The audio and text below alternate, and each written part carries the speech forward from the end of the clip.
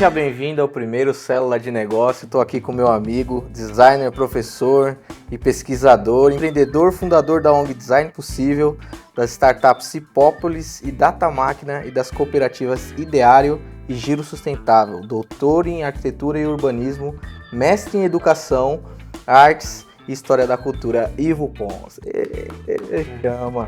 Muito obrigado, valeu pelo convite. Primeira vez aí, mais um projeto juntos, né?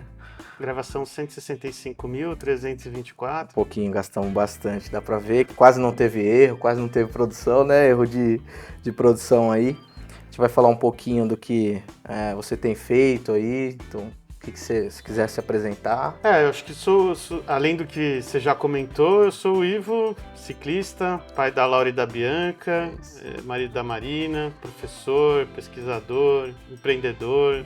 Tudo um pouco. Pau pra toda obra. Eu conheço um pouco do seu início, tô te chamando aqui nesse podcast pra gente falar um pouco sobre negócio. Eu sei que você já tem um tempo na Data Máquina e ela tem ganhado prêmios, tem tido uma relevância bem bacana no mercado, mas eu não conheço tanto assim bem o seu início mesmo. Você pode falar um pouquinho aí? Cara, nem sei dizer quando começou, assim. Acho que o primeiro negócio que eu montei, eu tinha 17 anos. Eu montei um acampamento, malucão, assim, um acampamento para crianças, naquele período de férias, assim, né?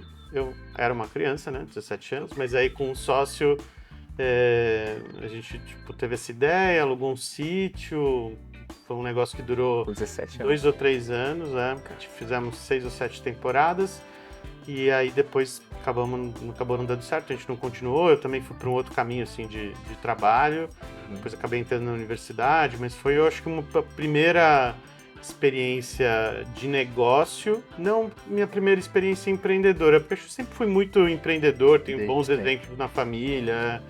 Mas seus pais eram empreendedores? Meus pais microempresários a vida inteira, artesãos, assim, e na minha família muita gente, meus tios, minhas tias, muita gente sempre ganhando a vida, fazendo coisas, tendo empresas, ou sendo profissional liberal, né, autônomo. Então, acho que é uma coisa que eu sempre tive presente, pro bom e pro ruim, porque daí você vê também as alegrias e as dificuldades também, né? E depois dessa empresa, qual que veio? Cara, trabalhei um tempo como colaborador em outros, trabalhei numa marcenaria, trabalhei numa vidraria. Antes do design? Meio que já na faculdade, para pagar a faculdade, né? Então foi mais por esse caminho. E aí quando eu estava para me formar, eu decidi abrir um escritório e aí comecei essa jornada mais dentro de empreender dentro do design, né? E aí, meio que no final da faculdade, eu pedi demissão do trabalho que eu estava para abrir esse escritório. Usei meu TCC na época para impulsionar um pouco esse meu trabalho. Foi bacana. Aos poucos eu fui ganhando clientes, ganhei prêmios também com os produtos que eu desenvolvia. Isso avançou bastante. Foi nessa hora também que eu me envolvi muito com a área social. Então, já que eu não tinha tantos clientes no início e o tempo que eu tinha disponível, eu fazia projetos para... Isso é muito forte, né, na sua vida, muito, a parte social. Muito. Eu sei, eu acompanho de perto, o Ivo anda de bike para lá e para cá, quem conhece ele sabe, o cara vem de bike, troca a camiseta, deixa ali, vai, faz uma reunião, bota a camiseta e parte de novo. O cara ele não só fala, né, que ele quer cidades sustentáveis, toda essa parte social, ele realmente vive isso no dia a dia. E nessa época ainda eu ia muito para aplicar o design em comunidades carentes, assim. Então tinha esse trabalho que foi que me levou depois para o Design Possível e que de uma certa maneira me levou inclusive para a universidade de volta. Então foi o que me provocou a fazer o mestrado, que chamou a atenção na época dos professores que me convidaram para ser professor temporário e depois para voltar como professor. Então eu acho que esse lado do design de transformação social me ajudou sou muito grato, assim, me ajudou a ter visibilidade e a seguir por essa carreira acadêmica que eu sempre tive vontade. E acho que de uma certa forma completa também uma missão social, que eu acho que todo mundo tem, né? Eu também me considero um ator e que preciso devolver um pouco do que eu ganhei também para a sociedade. Vou parar aqui. Mas nesse período de sair da faculdade, você abriu o estúdio, até agora, isso tem quanto tempo, mais ou menos? Tem tempo, hein? Tem um tempinho, né? Tem tempo. Eu achei eu abri o estúdio, acho que lá pelos 2000, 2001. Tá. E aí, tipo, passei com ele uns 5 ou 6 anos. Depois eu acabei abrindo, né, essa organização social, o Design Possível. Uhum. Também tive com ela muitos anos. Ela segue aí ativa com umas mulheres muito porretas aí tocando pra frente. Um pouco delas. E aí, acho que no meio dessa jornada, ainda dentro do Design Possível, eu comecei a entender que tinha esse movimento de inovação, não da inovação social que eu estava mais presente, mas da inovação tecnológica, e com alguns amigos que tinham terminado também o doutorado, alguns tinham empreendido também no exterior e estavam voltando para o Brasil. A gente fundou essa primeira startup, a Cipópolis, e mais recentemente, depois que a Cipópolis foi vendida, eu acabei fundando a Data Máquina, que ainda tinha uma jornada de aprendizado, de entendimento, e tô, acho que com ela avançando para fechar esse ciclo. Assim. Você vê que eu sempre tento voltar ali na parte da escola, da faculdade, porque eu mesmo não conheço tanto ali. Na faculdade teve algum professor, teve alguém que ficava te instigando a você ter o seu estúdio, a própria faculdade fez esse movimento ou era de você mesmo? E se foi de você mesmo, quem que instigou para você fazer assim? Quem que te deu esse caminho? Você foi por conta? Eu acho que no período que eu estudei, não tinha muito essa formação empreendedora que hoje é mais comum. Então, hoje tem dentro da universidade, a gente entende que esse é um caminho, né? Assim, de preparar também o profissional para ele ser gestor do seu escritório ou de times em geral. Na época não tinha, então acho que era uma coisa que a gente descobria freelando, vendendo projeto para as indústrias, então acho que a realidade era um pouco diferente. Acho que eu fui, assim como outros, construindo essa jornada e descobrindo quais eram os caminhos, assim. Então, estudei bastante, conversei com outros empreendedores, acho que é uma coisa que a gente vai avançando pouco a pouco. Você, desde a faculdade, desde a escola, disse que tinha esse espírito empreendedor. E na sua... Desde antes. Desde antes.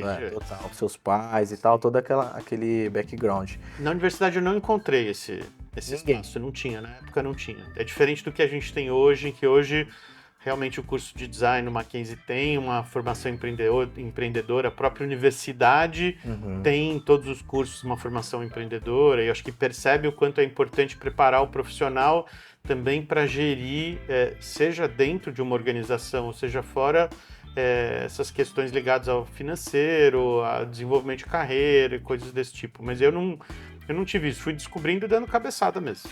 Exatamente, isso que eu queria saber. Você foi dando cabeçada no momento que... num momento e num nicho que as pessoas meio que não ensinam, né? A gente tem que aprender por conta, mas como é que você aprendeu por conta? Assim, você ia atrás de gente que já estava tocando negócio, livro? Indo atrás, acho que não tem um único caminho, então eu aprendi muito com as organizações de terceiro setor, eu fui atrás de conteúdo, eu conversei com muito empreendedor. O fato, eu acho, de usar o design como uma ferramenta de desenvolvimento social me fazia refletir e procurar conteúdos para os pequenos empreendedores. E aí, tanto batia lá quanto batia aqui, né? Tipo, a organização social precisa ser organizada, precisa conseguir ter previsão orçamentária, precisa captar recurso. Então, acho que essas coisas foram surgindo naturalmente. Uma passada, eu acho, um pouco mais ágil, assim, foi saltar do terceiro setor e ir para esse movimento de startups. Acho que isso trouxe uma ruptura de paradigma e aí, nesse caso, para conseguir aprender e entender, eu participei de muitos programas de aceleração, mas muitos mesmo. Então, toda a oportunidade que a gente tinha, eu e meus sócios, a gente se candidatava e tentava participar. Então, a gente fez Inovativa, fez Startup Farm, uma infinidade de programas. Participamos do Mob Lab, da Prefeitura de São Paulo. E eu acho que isso foi nos dando bagagem para entender como gerir, como nos posicionarmos nesse movimento de inovação e de empreendedorismo ligado à área de startup, como entender quais eram esses mercados que estavam surgindo, quais eram as necessidades, e aí a gente vai ganhando experiência, né? E os seus sócios, eles têm a mesma idade assim que você? Eles vieram dando cabeçada também? Vieram de um background que a família já era empreendedora? Cada um com uma jornada diferente, mas a maior parte deles ou com pequenas referências ou com um pouquinho mais de experiência, mas todo mundo mais ou menos no mesmo nível. Cabeça também. E o Mackenzie, ele entra na sua vida assim, quando? Acho que quando eu entrei na faculdade. E por acaso, assim, eu não pretendia fazer na época desenho industrial, né? Não era nem o curso de design. Eu acabei... Você conheceu por onde o Mackenzie? Eu fui visitar um amigo que tinha entrado e que ele conhecia, eu não sabia que a universidade existia. Nossa. Então, eu sou do sul da Zona Sul, assim, então não tinha no meu radar. E aí ele me falou, cara, vem cá, vem tomar uma cerveja. Eu fui, me encantei, assim, achei super bacana os laboratórios, o campus, e falei, pô, vou prestar. Prestei, entrei, e acho que minha vida se transformou também por isso, porque depois eu me encontrei no design, assim, eu estava fazendo na época arquitetura e não era o caminho, me encontrei no design e a partir daí também nunca mais deixei de frequentar a universidade. Então, mesmo depois de formado, eu comecei a ser aluno especial na USP, ali na Maranhão, na FAO, e aí passava no Mackenzie, visitava os laboratórios, conversava com os professores. Então, essa coisa de manter essa relação me ajudou muito. Depois acabei sendo convidado para ser professor temporário, e aí um pouco mais para frente virei professor realmente. E é engraçado como o Mackenzie, ele faz isso, né? As pessoas que não estudam no Mackenzie, elas não entendem, né? Lá dentro, muitas pessoas, assim como você, também frequentam lá, não sendo mais alunos. E lá é um local que a gente consegue trabalhar muito network. Então tem gente lá que tá lá na ponta e a gente nem sabe, tá do seu lado ali tomando um café e você nem imagina, né?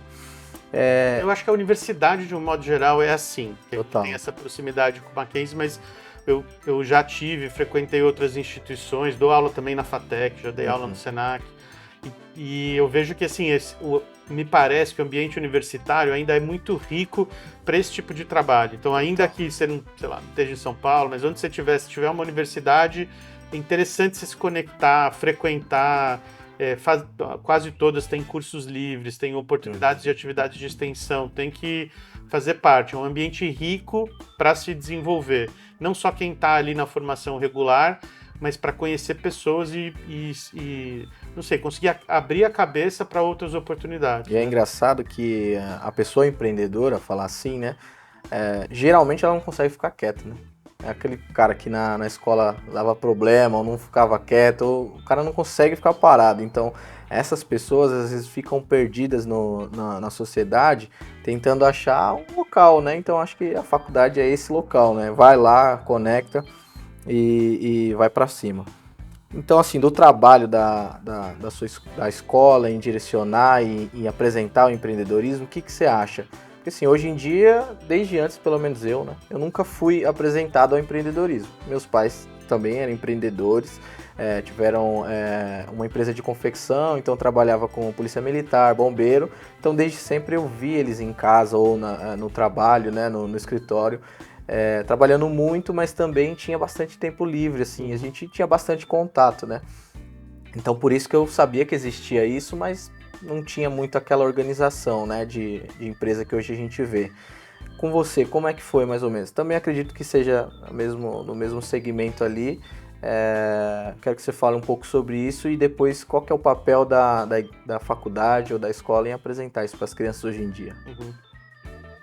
Eu acho que eu tive exemplos bem diferentes, assim. Então, meus pais passaram muito pelo período dos planos econômicos, então eu vi, tipo, assim, esse ano, sei lá, vai ter peru no Natal, no ano seguinte corta a luz, assim. Tipo, a vida sempre foi meio inconstante e acho que foi um período também do Brasil em que essa dificuldade econômica era maior e aí ser empreendedor só amplificava isso daí, como você falou, para as alegrias e para as dificuldades. Total.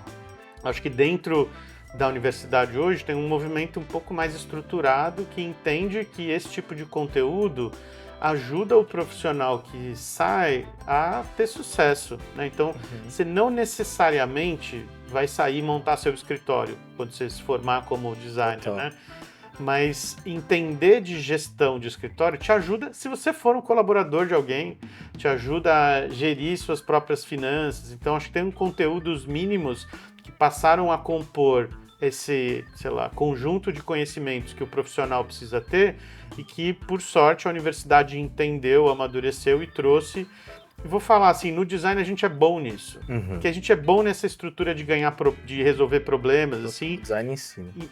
No geral, e não é à toa que outros cursos e outras profissões têm se apropriado de ferramentas do design, tá? E o pessoal, sei lá, da administração, da inovação em geral, usando o design thinking, assim, tipo, para fazer, para resolver coisas do dia a dia, para desenvolver negócios.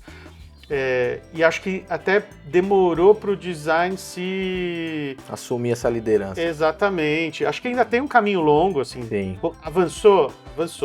Avançou mais na preparação do profissional do que no desenvolvimento do conteúdo específico, assim, porque, de fato, negócio em design é uma área de desenvolvimento, é como fazer gráfico, como fazer produto, e, cara, tá preparado para desenvolver negócio, é isso, né? Total. E acho que as ferramentas que a gente tem são excelentes para conseguir entregar bons resultados para qualquer empresa em qualquer lugar. Hoje na universidade eu percebo que essa frente do empreendedorismo ela é um pouco tímida ainda, até no design. Então você percebe que nas faculdades as áreas de negócio lá dentro de empreendedorismo, de startups, elas são pequenas ainda, né? E acredito que essa é uma área que as faculdades deveriam investir, né? Deixar elas maiores, com mais estrutura, trazendo pessoas que têm mais visão igual você e tal.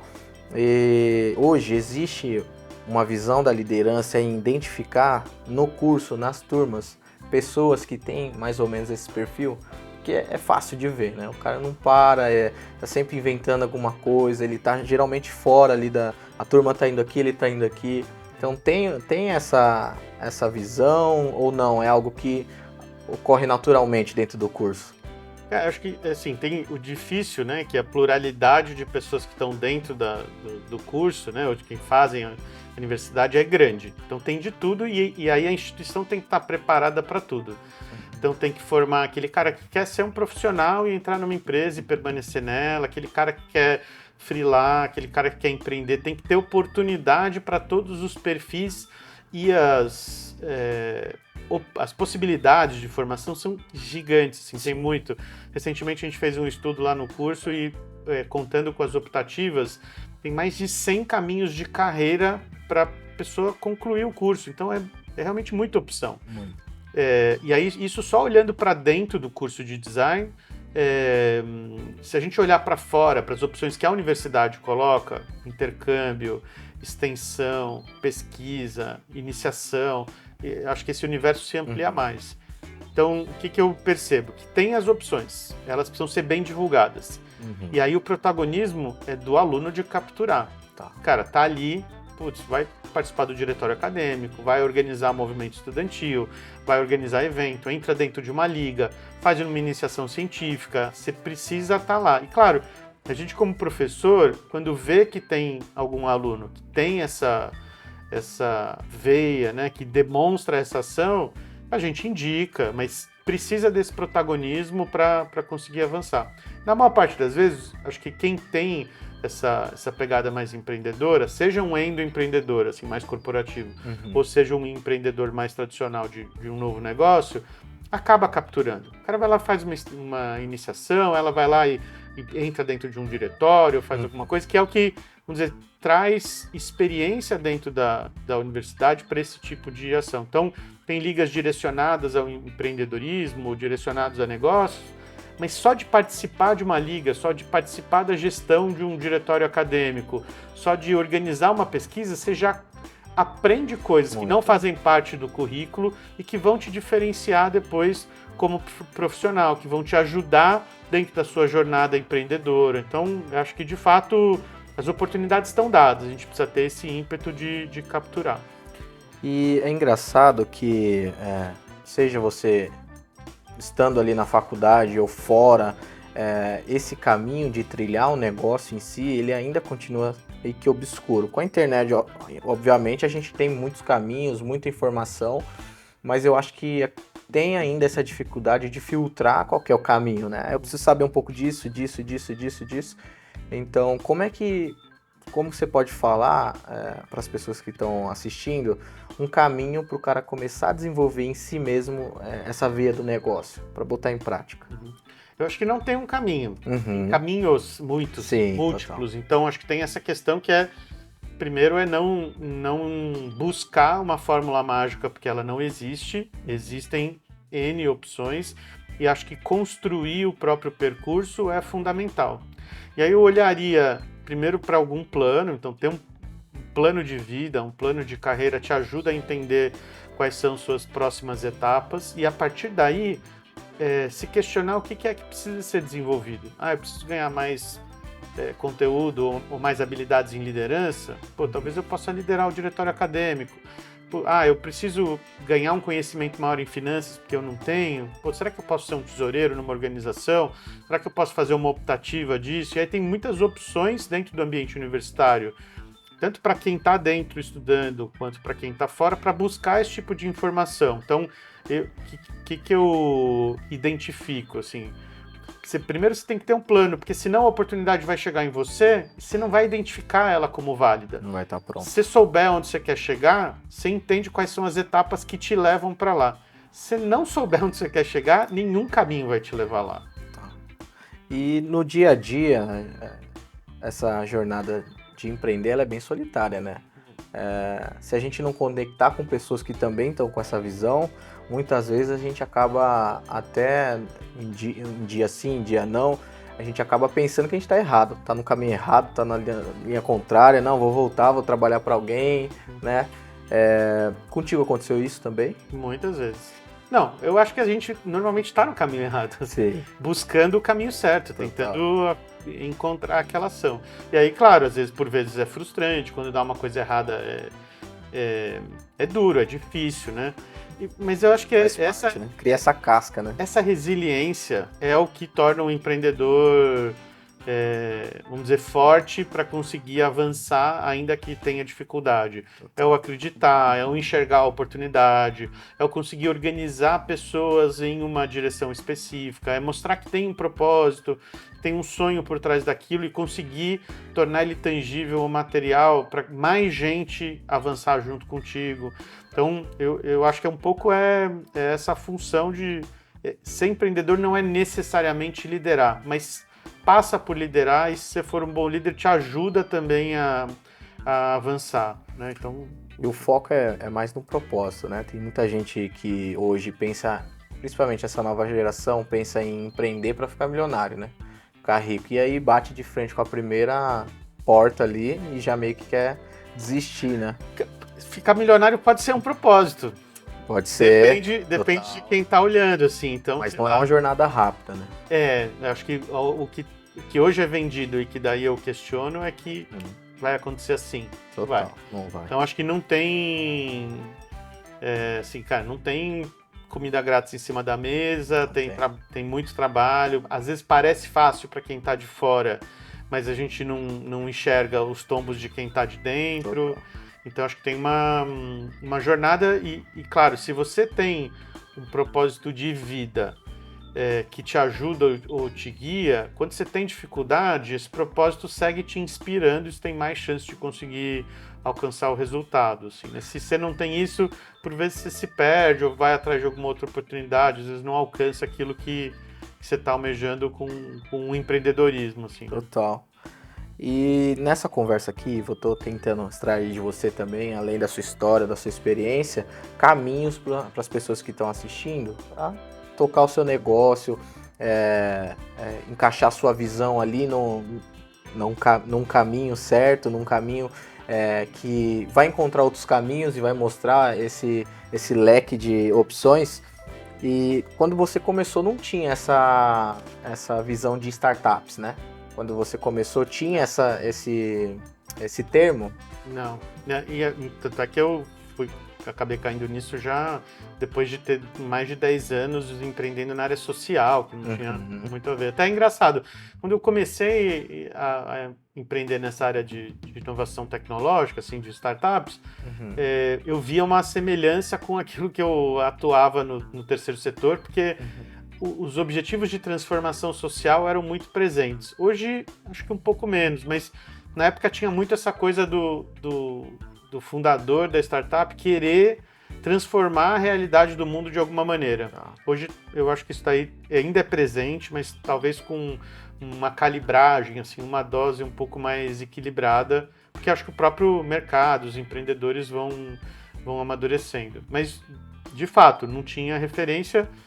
Acho que a gente via muita coisa que vinha acontecendo de fora, da digitalização, essas big techs, né, essas empresas pequenas desafiando grandes empresas, e eu acho que a gente vive um momento de transformação tecnológica que permite isso, né? Então hoje é muito mais fácil colocar de pé coisas e é muito mais fácil ser disruptivo em relação a um determinado mercado, porque o mercado está em transformação. Então você tem essas oportunidades de tentar ser mais rápido, mais ágil, de enxergar uma oportunidade que antes não estava sendo vista. Eu acho que isso é uma janela. Depois de um tempo vai cessar de uma forma, talvez abra outra porta ou abra outro porão e aí outras oportunidades vão aparecendo. E hoje a gente estava conversando um pouco sobre isso, né? Que o mercado ele tende a mudar de período em período, né? A nossa vida, ela em si roda ali até 100 anos, né? No máximo, né? Se o cara viver bastante. Então, assim, a gente não consegue ver a transformação do mundo, mas a gente consegue ver um pouco na história, né? Então, o mercado, o tempo todo, ele tá mudando. Então, o empreendedor também precisa estar atento a isso, né? Precisa. Acho que é isso. Tem que estar todo instante antenado, tem que tentar descobrir o que está acontecendo. É uma habilidade conseguir fazer boas leituras do que o mercado, o mundo, a política, a sociedade estão construindo e conseguir se posicionar bem para não ser prejudicado, ou para aproveitar a oportunidade. Acho que é uma habilidade que tem que desenvolver. Boa. Do trabalho do design no Brasil, como que ele tem sido inserido no âmbito do empreendedorismo? Assim, você que está lá dentro da faculdade, da universidade, vendo as pessoas saindo e outras entrando também para ajudar, para direcionar, como é que você tem visto isso, o design no empreendedorismo do Brasil? Eu acho que tem várias dimensões, assim. Então, tem uma primeira dimensão que é internacional, assim, que é ferramentas do design, designers sendo cooptados ou sendo participando, sendo protagonistas de novos modelos de negócio, de solução de problemas, né? Então tem uma avenida nessa direção e isso acaba chegando no Brasil também. Então muitas escolas de negócio usando ferramentas ligadas ao design e aí por conta disso tem uma parte dos designers que acabam entendendo e se aproximando disso. Tem empresas que entendem esse valor e acabam contratando mais designers ou trazendo designers para dentro dos seus times, que acho que é uma coisa bastante comum. Então muitas empresas muitas fintechs, muitos bancos, tem muitas empresas que antes talvez olhavam para o design muito mais dentro da dimensão do gráfico, né? Indústrias dentro do produto, hoje vem serviço, vem negócio, vem experiência, vem uma série de outras dimensões que estão realmente muito mais presentes. Acho que esse é um capítulo. Aí a gente tem um outro capítulo que é novas gerações se preparando para empreender. E aí, tanto dentro do design, assim, tendo o design como core do seu negócio, quanto usando o design como ferramenta para outros negócios. Então, de repente, você não quer, sei lá, você quer ser um tatuador, sei lá, você não quer desenhar marcas, você quer fazer outra coisa, você quer, sei lá, produzir móveis. E aí tem uma série de outras ferramentas que o design te ajuda nessa direção.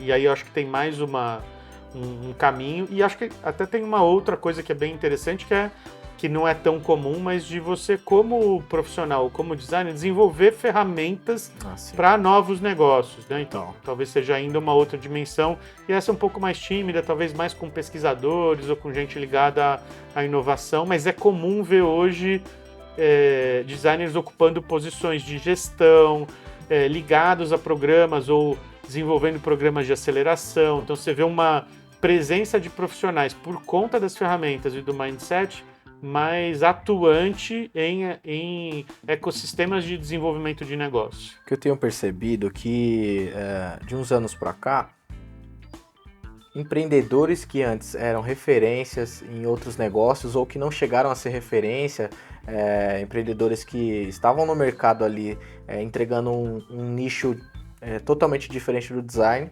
foram para o design, aprenderam, beberam ali da fonte, voltaram e estouraram o negócio, usando as ferramentas, usando a visão. O que você enxerga para os próximos anos aqui no Brasil? Acho que aqui é o foco, né? Do design transformando o negócio assim aqui no Brasil, o empreendedorismo em si. Acho que tem algumas tendências, assim, né? Tem uma que acho que está mais clara, é que todos os negócios serão digitais. Total. Em maior ou em menor nível, né?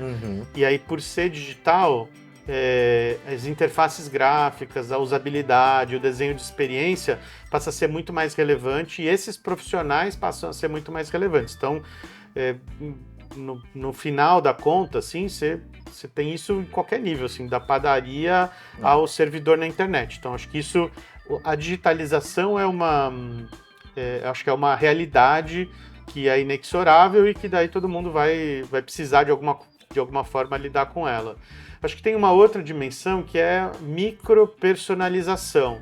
Então, a tecnologia também te permite ter experiências muito particulares ou ter conteúdos muito específicos, e aí isso é cada vez mais presente. E aí, sendo presente, você precisa ter profissionais que te ajudem a construir essas jornadas em aplicativos, em negócios, em serviços, e aí também acho que a gente tem mais design presente e ampliando.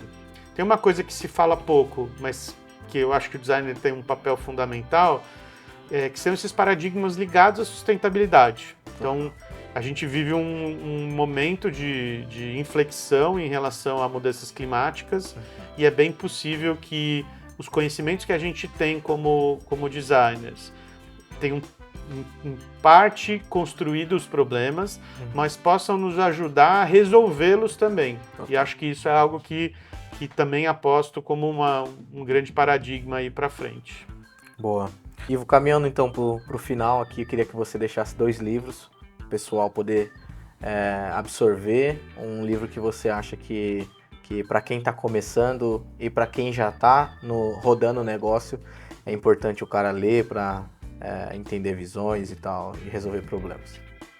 Legal, eu vou dar 2 sugestões que são bem básicas assim para quem está começando. Um é um livro chamado Startup Enxuta, que eu acho que é uma boa referência assim, para quem está no início e acho que pode ajudar a entender um pouco tanto do momento de transformação quanto quais são as ações que são interessantes para avançar. E tem um outro livro que é fácil de encontrar em formato digital na internet, que é o HCD, que é de metodologias colaborativas, assim, é um desdobramento do Design Thinking, que para problemas complexos, para problemas sociais, é publicado pela própria Ideal, tem uma versão em português que foi traduzida. Acho que é um conteúdo legal para quem está querendo ver outros processos, quem fez design e agora quer pensar um pouco em negócio.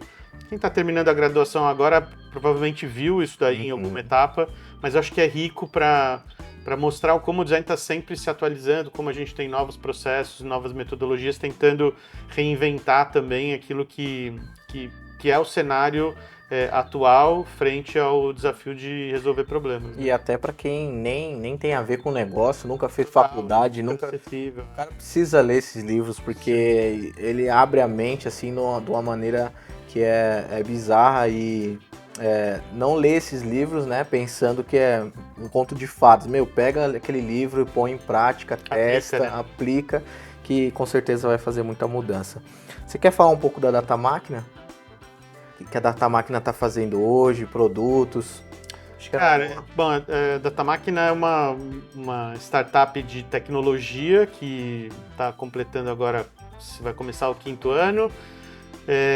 A gente está focado em ajudar empresas nesse processo de transformação digital.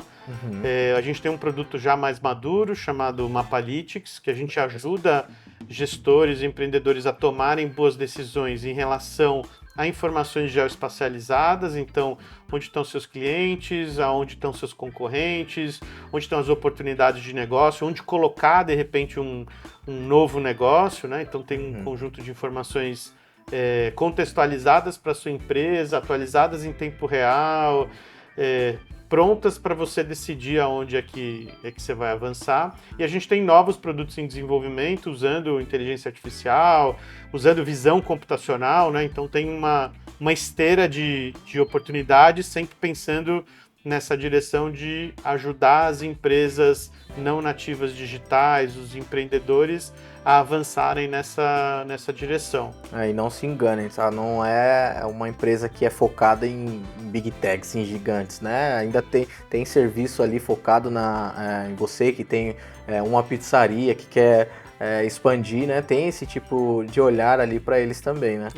Tem de tudo. A gente, inclusive, gosta de pensar que a gente atende a grande empresa, mas que atende ainda melhor quem é pequeno. Ótimo. Obrigado, Ivo. Muito obrigado por essa conversa. Siga a Data Máquina nas redes sociais. Siga também o Célula de Negócio. A gente vai começar agora a divulgar os conteúdos, os cortes Se você está aqui, né? Você já viu o podcast, mas a gente vai nas próximas conversas aqui divulgar um pouco dos Reels lá para você se inspirar no dia a dia, tá bom? Muito obrigado e até a próxima.